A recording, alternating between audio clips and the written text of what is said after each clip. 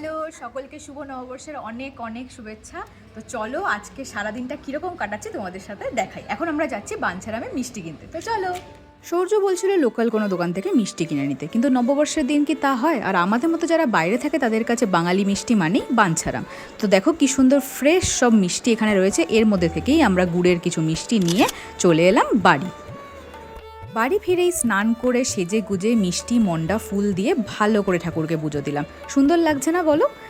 এরপর ঠাকুরের কাছে মন ভরে সব কিছু বলে পুজো দিয়ে চলে গেলাম ছাদে নিজের গেট রেডি উইথ মির জন্য কিছুটা শ্যুট করতে। বাই দ্য ওয়ে, এটাই আমার নববর্ষের আউটফিট। এসব করতে করতেই সন্ধে হয়ে গেল আর আমরা সব বন্ধুরা মিলে বেরিয়ে পড়লাম ডিনারের সন্ধানে। পয়লা বৈশাখ বলে কথা, ভালো মন্দ খেতে হবে তো নাকি। তো আমরা চলে গেলাম কারি স্টোরি HSR-এ। আমাদের দুটো বন্ধু তখনও এসে পৌঁছায়নি, তাই আমরা ওয়েট করছিলাম। আর এই দেখো এখানে তিন্নি দেখো নববর্ষ স্পেশাল লুকস দিচ্ছে। বুকিং যদিও করা ছিল আগে থেকে, তবুও কেওস তো হতেই হবে, কারণ ওই দিন ব্যাঙ্গালোরের সব বাঙালিরা বেরিয়ে পড়েছিল কোথাও না কোথাও খেতে। যাই হোক, অনেকক্ষণ ওয়েট করার পর ফাইনালি আমরা চান্স পেয়েছিলাম ঢোকার। এই দেখো অ্যাম্বিয়েন্সটা বেশ সুন্দর, বাট একটু ছোট রেস্টুরেন্টটা।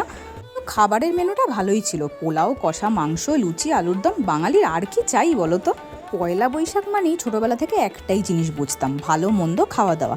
যাকে ফাইনালি আমাদের টেবিল রেডি হয়ে গেছে আর এই স্টার্টার দিতে শুরু করে দিয়েছে। আর এইটা দেখো একটা নতুনত্ব জিনিস, লঙ্কা ভাপা মুরগি, একদম পাতুরির মতনই দিয়েছিল, খেতে খুব ভালো ছিল। মাহিমা তো এখানে খুব ভালো এনজয় করছে এটা।